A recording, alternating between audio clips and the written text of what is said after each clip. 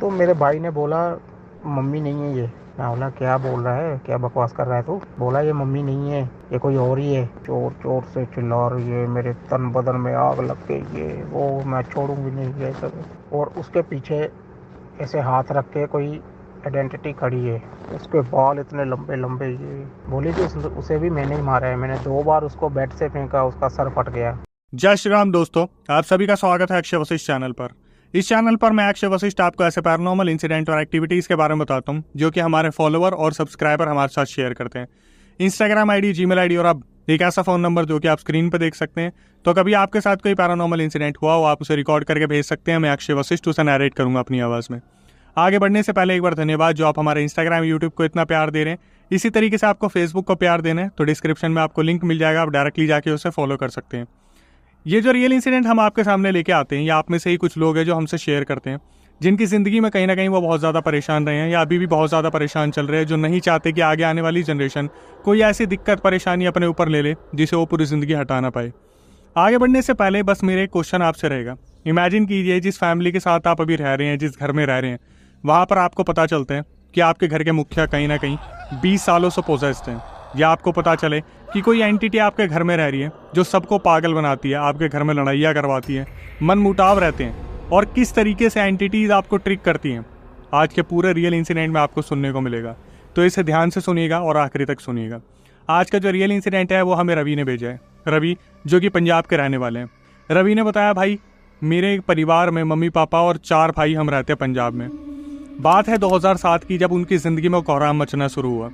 उन्होंने बताया कि मैं सबसे बड़ा हूँ, उसके बाद मेरे 3 भाई आते हैं, लेकिन 2007 में उनसे जो छोटे वाला भाई था, खुद रवि उस टाइम पे 8वीं क्लास में थे, तो सोचिए उनका भाई कितना छोटा रहा होगा। रवि ने बताया कि अक्षय भाई, मेरा छोटा भाई रात को चिल्ला चिल्ला के उठना शुरू करते हैं और हमारे घर वाले परेशान हो जाते हैं कि एक्चुअली में हमारे भाई को हो क्या रहा है। ऐसा लगता था कि बुरा सपना ही देखा है, इसलिए हमने उन चीज़ों को इग्नोर करना स्टार्ट करा। रवि ने बताया, भाई पता नहीं 2007 में हमारे साथ ऐसा क्या हुआ जिसकी वजह से पूरे परिवार में एकदम से तंगी सी आ गई। मतलब रवि के जो पापा थे वो आउट ऑफ इंडिया काम किया करते थे, वो एक दो साल के लिए आया करते थे। जब भी आते थे खूब पैसा लाते थे। रवि ने बताया, हमारे पास इतनी ज़मीन, इतनी जायदाद, इतना पैसा हुआ करता था। पता नहीं 2007-8 के बाद जैसे किसकी नज़र लगी, घर में पैसा अचानक से जाने लगा। कोई हिसाब नहीं था पैसे जाने का। मतलब किसी की भी तबीयत अचानक से खराब हो जाती और लाखों रुपए वहाँ पर हॉस्पिटल में जाने शुरू हो गए। पापा बाहर मेहनत किया करते थे, बाहर से पैसा भेजा करते थे, और यहाँ घर में हम लोग पढ़ाई किया करते थे, कैसे न कैसे कोशिश करते थे घर संभालने की। 4 भाई अपनी मम्मी को संभालते, मम्मी उन बच्चों को संभालती, लेकिन हमेशा किसी न किसी की तबीयत खराब रहती। रवि ने बताया कि अक्षय भाई, जब तक हम चारों की तबीयत खराब थी तब तक तो ठीक था। अचानक से ये चारों भाई ऑब्जर्व करते हैं कि जो इनकी मम्मी है उनकी तबीयत अचानक से खराब होनी स्टार्ट होती है। अब माँ बच्चों को तो संभाल सकती है, लेकिन जो बच्चे 7वीं 8वीं क्लास में हैं वो अपनी माँ को कैसे संभालेंगे। लेकिन इन बच्चों ने एक चीज़ ऑब्जर्व करनी स्टार्ट की कि इनकी जो मम्मी है, अचानक से वो जब कहीं बैठती है, सब्जी काटती है या फिर टीवी पे ध्यान देती है, कुछ भी करती है, तो उनके फेशियल एक्सप्रेशन पूरी तरीके से बदल जाते हैं। रवि ने बताया कि भाई हम ना तीनों चारों भाई एक साथ बैठते थे और मम्मी की तरफ जब देखते थे एक दूसरे को कोनी मारते थे कि मम्मी को क्या हो गया देखियो। मम्मी का चेहरा इतना डरावना हो जाता था जैसे कोई एंटिटी उन्हें पोजेस करे बैठी है। लेकिन जब हम 7वीं 8वीं में थे, हम क्या ही समझ पाते। मुश्किल से 9वीं 10वीं में हम पहुंचे। धीरे धीरे मम्मी की तबीयत बहुत ज़्यादा ख़राब रहने लगी, जैसे किसी ने मम्मी को टारगेट कर लिया था। अब हुआ क्या, रवि ने बताया कि भाई घर में सबकी तबीयत खराब रहा करती थी, एक मैं ही था जो बिल्कुल ठीक रहा करता था। बहुत कम ऐसा होता था कि सारे परिवार वालों में मेरी तबीयत सबसे ज़्यादा ख़राब हो या मेरी तबीयत ऐसे अचानक से ख़राब हो जाए। लेकिन वो वक्त भी आ गया जब मैंने ये चीज़ देखी कि अचानक से मुझे फीवर चढ़ गया। रवि ने बताया कि आप बिलीव नहीं करोगे, कुछ रिश्तेदार आ रखे थे, हमारा जो घर का आंगन था सब वहाँ बैठे हुए थे और मैं अकेला अपने घर में रेस्ट कर रहा था। रवि अकेले थे, उनकी तबीयत इतनी ख़राब थी। उन्होंने बताया कि मेरी तबीयत ख़राब हुए 1 हफ्ता हुआ था और मेरी खड़े होने की बिल्कुल भी हिम्मत नहीं होती थी। रवि ने बताया कि मेरी आँख खोली, मैंने देखी वहाँ पर कोई एक आदमी खड़ा है, कोई एक एंटिटी ब्लैक कलर की जो मेरी तरफ आ रही है। और रवि ने बताया, भाई मेरी क्या ही उम्र होगी, मैं 8वीं 9वीं क्लास में, मुश्किल से 10वीं में होऊंगा। रवि अपने पैरों पे भागे फुल स्पीड में और बाहर जाके अपनी मम्मी को बताया कि अंदर कोई इंसान है जो मेरी तरफ आ रहा है मुझे मारने के लिए, और वो दिख भी नहीं रहा ढंग से, पूरा ब्लर है, ब्लैक कलर की एंटिटी है। उनकी मम्मी जब उनके साथ वापस आई तो वही होना था जो हमेशा होता आया, वहाँ पर कोई भी नहीं था। अब रवि या तो इसे अपने दिमाग का बुखार मान ले, नज़र का धोखा मान ले, या एक्चुअली में वहाँ पर कोई एंटिटी थी, ये सबके समझ से परे थी। ये सब कुछ होते होते 2012 आ गया और 2012 में जो रवि के पापा थे उन्होंने एक डिसीजन लिया कि अब रवि को भी कहीं ना कहीं बाहर सेटल करना चाहिए। तो रवि ने बताया भाई 2012 में मैं दुबई निकल गया। दुबई जब वो गए तो उन्होंने वहाँ पर पैसा कमाया। बट रवि ने एक चीज़ बताई कि अक्षय भाई आप बिलीव नहीं करोगे, जब मैं दुबई गया ना मैं बहुत पॉजिटिव रहता था। मतलब जब मैं अपने पंजाब वाले घर में रहता था मैं हमेशा कहीं ना कहीं परेशान रहता था, लेकिन 2012 में जब मैं दुबई आया, रवि ने बताया मैंने खूब पैसे इकट्ठा करा। हमारे ऊपर जो छोटे मोटे कर्जे थे वो सारी चीज़ें मैं घर पे पैसे भेजता था और 2014-15 में वो वापस आ गए दुबई से। एक्चुअली में उन्होंने बोला था 2-2.5 साल में आया था, तो मैं 2014-15 लेके चल रहा हूँ। और जब मैं वापस घर पे आया तो मेरा बहुत अच्छे से स्वागत हुआ। मैं अच्छा खासा पैसा लाया था, अपने भाइयों के लिए गिफ्ट लाया था, मम्मी के लिए भी मैं गिफ्ट लेके आया था और मैंने नॉर्मली अपने घर में रहना शुरू कर दिया। लेकिन जो अब सबसे बड़ी टेंशन थी वो ये थी, रवि अपने भाइयों में सबसे बड़े थे, तो अब अपने छोटे भाइयों को कहीं ना कहीं सेटल्ड करना था। तो उन्होंने एक प्लान बनाया, अपने पापा से बात करी और अपने भाई को बाहर मलेशिया भेज दिया। मलेशिया उनके भाई गए, वहां पर उनको काम मिला, लेकिन पता नहीं क्या हुआ, वो 4 महीने बाद मलेशिया से वापस आ गए। फिर दोबारा रवि अपने छोटे भाई को मोटिवेट करते कि तू कर सकता है, तू सब सही कर सकता है, और उन्हें दुबई भेज दिया। जबकि जो रवि थे वो पंजाब में अपना हेयर ड्रायर का काम संभाल रहे थे। काम बहुत अच्छा तो नहीं चल रहा था, लेकिन कहीं ना कहीं नो प्रॉफिट नो लॉस में बिजनेस चल रहा था। लेकिन रवि ने फिर भी 1-1.5 साल बाद अपने भाई को दुबई भेज दिया। दुबई में उन्हें नौकरी मिली, जहाँ पर कहीं ना कहीं रवि ने बात करी थी अपने छोटे भाई के लिए, लेकिन 4 महीने बाद उनके भाई वहाँ से भी वापस आ गए। और इस बार रवि के भाई वापस नहीं आए, अपने साथ एक अजीब सी तलब लेके आए। जैसे ही वो वापस इंडिया में आए, उन्होंने वहाँ पर इंडिया में आते ही दारू पीनी शुरू कर दी। दारू पीनी छोटी मोटी भी नहीं, वो अब डेली दारू पीते थे और लिमिट से ज़्यादा दारू पीते थे। अब रवि को समझ नहीं आ रहा था कि पापा घर में नहीं है, मम्मी की तबीयत खराब रहती है, तो वो अपने परिवार को कैसे संभालेंगे। और रवि खुद एक ऐसी सिचुएशन में फंस गए जिससे बाहर आना बहुत ज़्यादा मुश्किल था। 2017 में वो अपने घर को ही संभाल रहे थे, जब दोनों और छोटे भाई, जो रवि के भाई से भी 2 छोटे भाई थे, वो पढ़ाई लिखाई कर रहे थे। 2017 में रवि के ऊपर बहुत ज़्यादा प्रेशर था। एंड में आते आते रवि को 2017 में ये फील हो गया कि यार अब कुछ ऐसा करना पड़ेगा जिससे घर संभल जाए, चाहे उन्हें दोबारा बाहर जाना पड़े। लेकिन जैसे जैसे वो 2017 में प्लानिंग कर रहे थे, एंड में आके कि वो दोबारा बाहर जाएंगे पापा से बात करके, 2018 में उनकी मम्मी की तबीयत बहुत ज़्यादा ख़राब हो गई।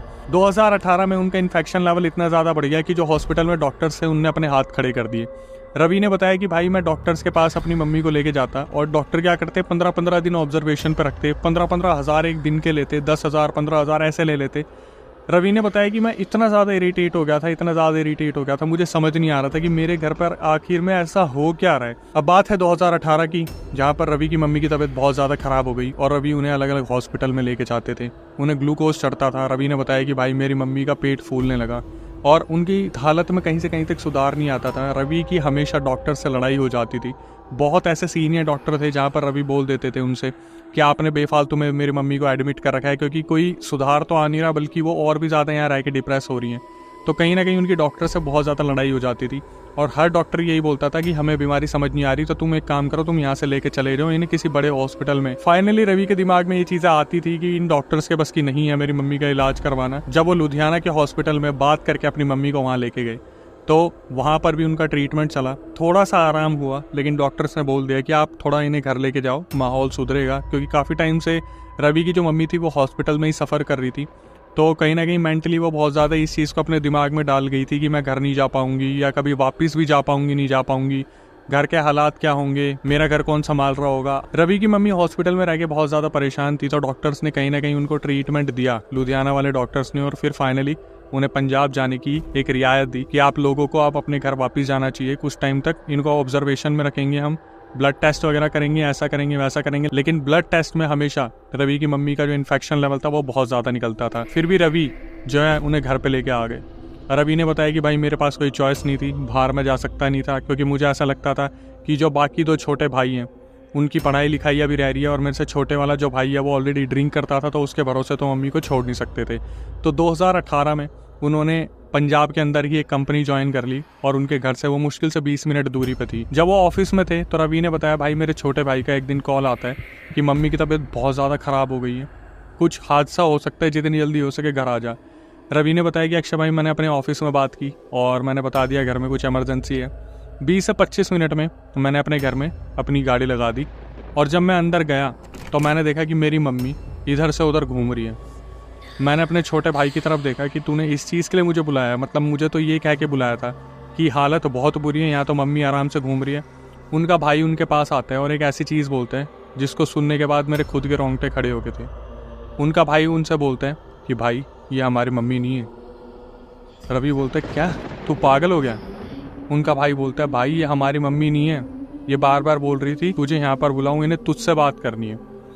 अब यहाँ पर रवि को भी ऐसी ऐसी चीज़ें पता चलती है ना, जिसे सुनने के बाद उसके भी रोंगटे खड़े हो गए थे। हुआ क्या, जब रवि आके बैठते हैं अपनी मम्मी के पास तो उनकी मम्मी बोलती है हाँ आ गया तू, कब से तुझे याद करी थी, चाय पिएगा? तो रवि बोलता है हाँ चाय पीऊँगा, क्यों नहीं पीऊँगा, अपने घर पर चाय नहीं पीऊँगा तो कहाँ पीऊँगा। तो रवि की मम्मी उनके लिए चाय लेके आती थोड़ी देर में, और वो दोनों भाई आपस में बात कर रहे थे क्या है क्या नहीं है। तो इसके अंदर कुछ छोटी सी चीज़ें थी जो बहुत छुपी हुई थी और रवि के मुंह पे वो खुल गई। अब रवि ने मुझे बताया था कि अक्षय भाई हमने ना अपनी मम्मी को हर पंडित से हर जगह, मतलब हर जगह जहाँ पॉसिबल हो सकता था हमने वैसे भी चेक करा रखा था।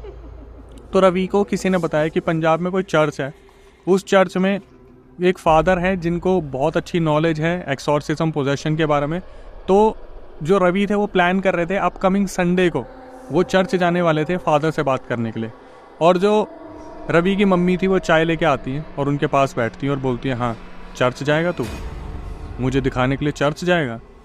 रवि ने बताया अक्षय भाई मेरे पैरों तले ज़मीन निकल गई, क्योंकि इस बारे में उन्होंने अपने भाइयों तक को नहीं बताया था। तो रवि अचानक से बोलते कि हाँ जाऊँगा, क्या हो गया, कोई दिक्कत है?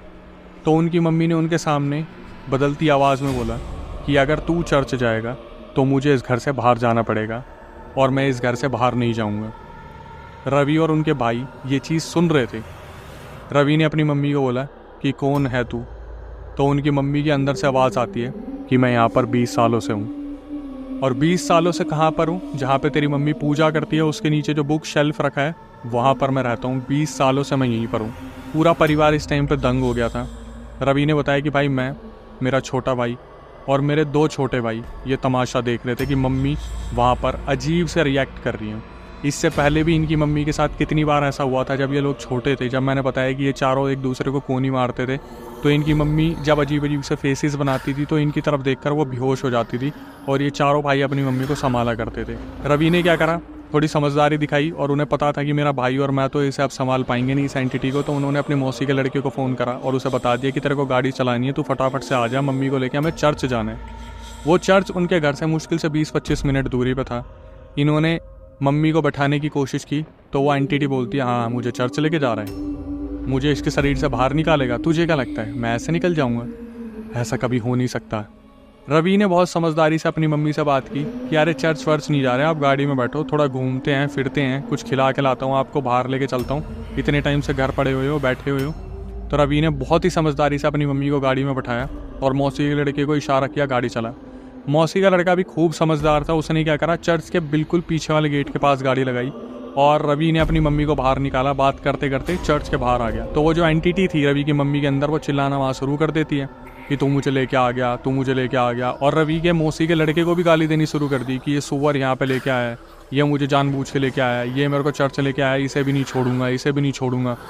तो रवि ने बहुत मुश्किल से समझाने की कोशिश की कि मम्मी आप इससे लड़ाई कर सकते हो चलो, लेकिन जैसे कोई चीज़ थी जिसने रवि की मम्मी को पूरी तरीके से टेक ओवर कर लिया था, पोजेस कर लिया था।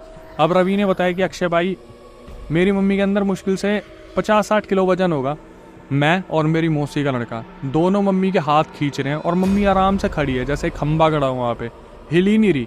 बड़ी मुश्किल से धक्का वुक्का कर कूर के ये चर्च के अंदर लेके गए जहाँ पर फादर आए। तो फादर के सामने वो जो एंटिटी थी वो चिल्लाना शुरू कर देती है कि ये मुझे निकाल देगा, ये मुझे मार देगा, मुझे यहाँ से ले चलो। और फादर क्या करते हैं, होली वाटर लेते हैं, कुछ वहाँ पे चैंटिंग करते हैं और जो पानी मारते हैं उसकी वजह से जो रवि की मम्मी थी वहाँ पर शांत हो गई। रवि की मम्मी को ये लोग अपने घर पे वापस लेके आ गए, लेकिन रवि ने कभी भी उन फादर से कांटेक्ट अपना तोड़ा नहीं। लेकिन अब जब इन्होंने चीज़ें ये सोची थी कि बिल्कुल शांत हो गई, उसके आगे वो इस तरीके से एग्रेसिव रूप से आई जिसको सुनने के बाद आप भी डर जाओगे।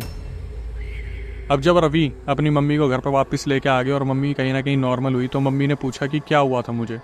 रवि ने सोचा छुपाने से कोई फ़ायदा नहीं है क्योंकि मम्मी को कुछ याद ही नहीं रहता। तो उन्होंने बताया कि जब आप फादर के पास गए थे और फादर ने आपसे पूछा कि तू कौन है, तो आपने इतनी बड़ी बड़ी बातें बोल दी कि फादर भी एक बारी को धक्का खा गए थे।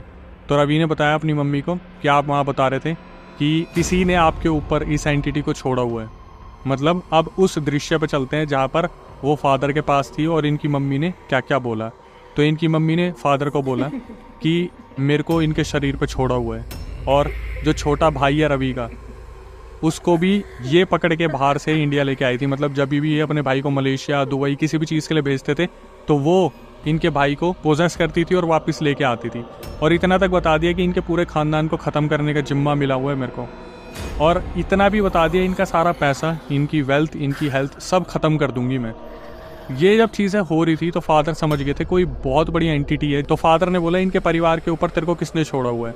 तो वो जो एंटिटी थी वो इतनी समझदार थी, उन्होंने सबका वहाँ पर पागल बना दिया ये बोल के कि इन्हीं के खानदान वालों ने छोड़ी थी, बट जिन्होंने छोड़ी थी मैंने उन्हें भी ख़त्म कर दिया। तो जो वहाँ पे रवि थे वो अचानक से सोचने लगे कि भाई ये किसका नाम ले रहा है। तो वो एंटिटी से बोलते कौन, किसकी बात कर रहा है तू। तो वो एंटिटी बोलते जिनकी कोई औलाद नहीं थी। तो अभी कुछ ही टाइम पहले उन दोनों का निधन हुआ है। रवि समझ जाता है ओहो ये ताऊ जी और ताई जी की बात कर रही हैं, उन्हीं की कोई संतान नहीं थी और उनका निधन अभी कुछ टाइम पहले हुआ है, दोनों का 1 महीने 2 महीने के गैप में। तो वह जो एंटिटी थी वो वहाँ पर मुस्कुराने लग जाती है कि हाँ सही समझा तू।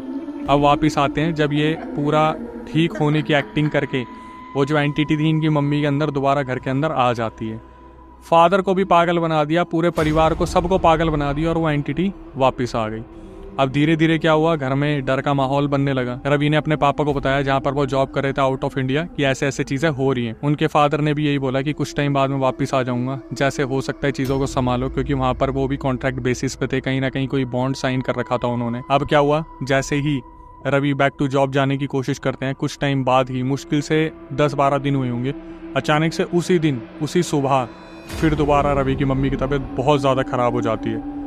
इतनी ज़्यादा तबीयत ख़राब होती है कि चारों भाई फटाफट से मम्मी को हॉस्पिटल पहुंचाते हैं। हॉस्पिटल ले जाने पे वहाँ पर ग्लूकोज चढ़ता है, पेट बहुत ज़्यादा फूल जाता है।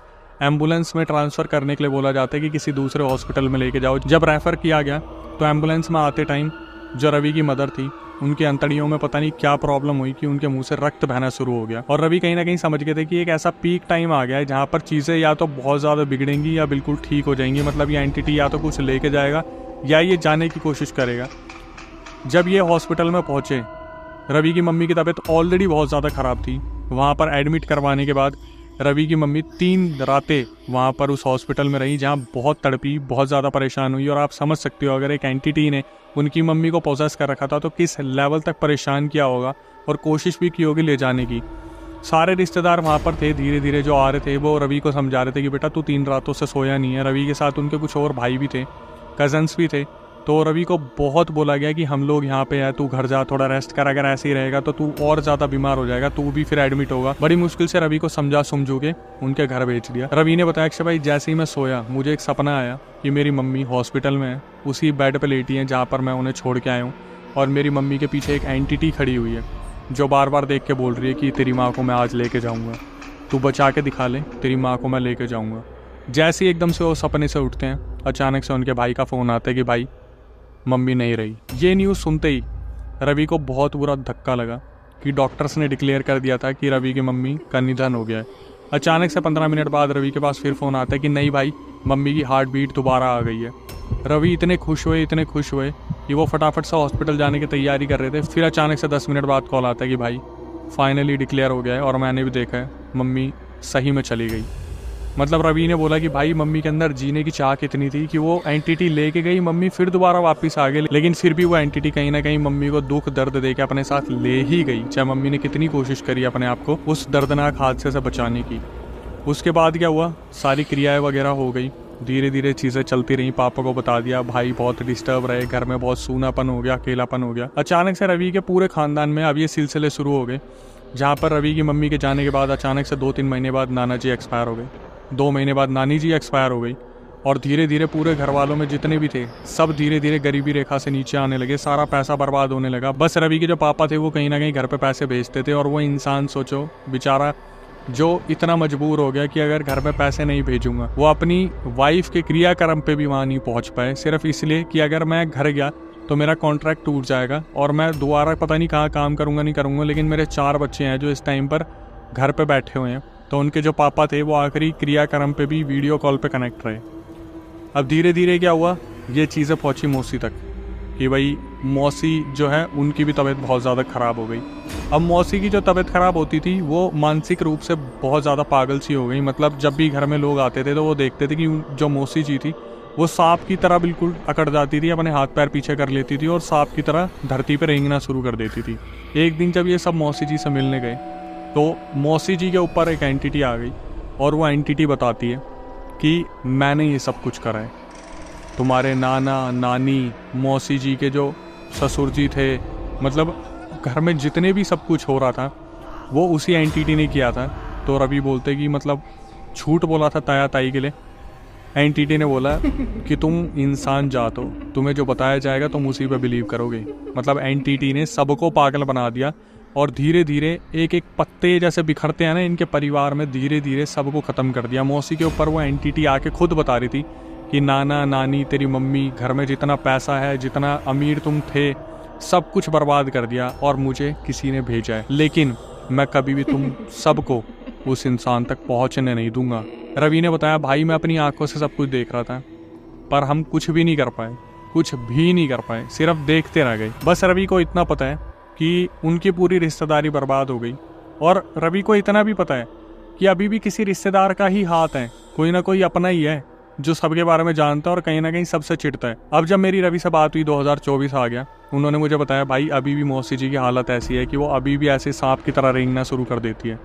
फाइनली क्योंकि रवि के पापा काफ़ी ओल्ड एज में आ गए तो वो पंजाब वापस चले गए। उनके छोटे भाई को ज़बरदस्ती अब जो है कहीं बाहर जॉब पे लगवा दिया गया है। रवि खुद बाहर इंडिया से जॉब कर रहे हैं और दोनों भाई जो है घर चला रहे हैं। उनके जो छोटे भाई है वो भी बड़े हो गए हैं और वो भी बाहर ही जाएंगे इंडिया से। लेकिन इन सब चीज़ों में जो लॉस हुआ, इतने सारे जो लोग कुर्बान हुए, उनके लिए अब क्या ही बोल सकते हैं। सिर्फ ये कि अपनों से बच के रहना आज के टाइम पे कितना ज़रूरी है। मतलब कोई अपना अगर अपनों को आगे बढ़ते देखता है तो वो किस तरीके से बिरज जाता है, किस तरीके से उसके अंदर जो है नफ़रत पैदा हो जाती है कि ये मेरे से ज़्यादा कैसे हो रहा है। हालांकि रवि ने बताया कि यार आज तक ये नहीं पता चल पाया कि वो रिश्तेदार कौन है या इंसान कौन है जिसने हमारे घर पे ये सब कुछ किया। बस हम जूझ रहे हैं उन सब चीज़ों से, बाहर आने की कोशिश कर रहे हैं। तो उन्होंने moral of the story conclusion यही बोला कि भाई जनता को बस ये बोल देना कि आज के टाइम पे आपका जो कोई दुश्मन है वो बाहर का नहीं है, आपके खुद के घर का ही है। कौन आपके लिए कितनी नफरत लेके बैठा होगा ना, आपके साथ चाय पी रहा होगा और आपको चाय पिला रहा होगा और उस चाय में पता नहीं क्या होगा। कहीं ना कहीं रवि को ऐसा लगता है कि उनकी मम्मी का जो भोला स्वभाव था, जो वो सबके लिए सब कुछ करा करती थी, वो ही उन्हें ले डूबा। और ये आपकी माओ के साथ भी होता होगा। ये जो लास्ट जनरेशन की मदर्स हैं ये इतनी ज़्यादा शरीफ है जिन्हें मोबाइल भी ढंग से चलाना नहीं आता, और जो नई जनरेशन आ रही है उनमें तो मैं क्या ही बोलूँ, इतनी कम उम्र में जो चीज़ें हो रही हैं, इन सब चीज़ों पे जितनी जल्दी आप भरोसा करो उतना अच्छा है, क्योंकि फिर तभी आप बचाव कर पाओगे। और हमारी वीडियो से जितना सीख सको वो मैं चाहूँगा हमारे लिए सबसे बड़ा जो है मेन मुद्दा है। लेकिन मेरी आखिरी में आके आपसे क्या ही रिक्वेस्ट होती है कि जो नए व्यूअर्स चैनल पे हैं, जो इस वीडियो को पूरी तरीके से देख रहे हैं, हमारा मोटिवेशन बनाए रखिए, क्योंकि हम सब्सक्राइबर के रियल इंसिडेंट आपके सामने लेके आते हैं, रिकॉर्डिंग लगाते हैं, फिर उस कमेंट को पिन भी करवाते हैं। तो कहीं ना कहीं वो जेन्युइनिटी हमारे चैनल पर दिखती है। तो बस यही मोटिवेशन है कि चैनल को सब्सक्राइब कर ले, बेल नोटिफिकेशन ऑन कर लें। और आप ही की भारी डिमांड पर हमने पॉडकास्ट चैनल स्टार्ट किया जिसका नाम है अक्षय वशिष्ठ हॉरर शो। उसका लिंक आपको डिस्क्रिप्शन में मिल जाएगा, उसको सब्सक्राइब कर लो अगर आप नहीं चाहते कि मैं इस चैनल पर पॉडकास्ट अपलोड करूं। लेकिन एक और चीज़, हम गेस्ट के साथ साथ सब्सक्राइबर्स को भी अपने पॉडकास्ट पर बुला रहे हैं। तो दिल्ली में हमारा सेंटर है, अगर आप आना चाहते हो तो उसकी प्रक्रिया मैं आपको बता देता हूँ। स्क्रीन पे डिस्क्रिप्शन पे जो नंबर आपको दिख रहा है उस पर आपको पूरा अपना रियल इंसिडेंट रिकॉर्ड करके भेज देना है और वहाँ पर मेंशन कर देना है कि अक्षय भाई हम आपके पॉडकास्ट में आना चाहते हैं।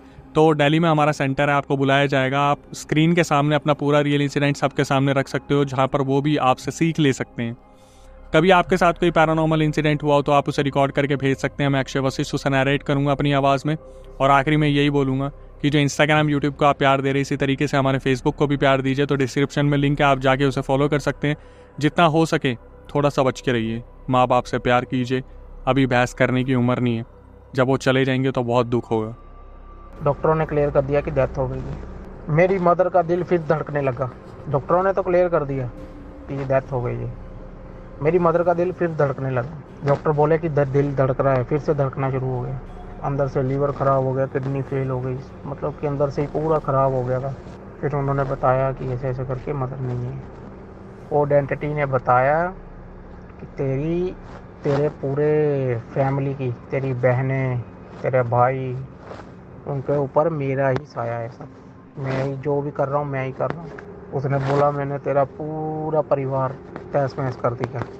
ये रिश्तेदारों से ही शुरू होते हैं, जो भी करते हैं रिश्तेदार ही करते हैं। इसलिए मैं यही बोलता हूँ, रिश्तेदारों से सिर्फ उतना ही करो जितना वो डिज़र्व करते हैं।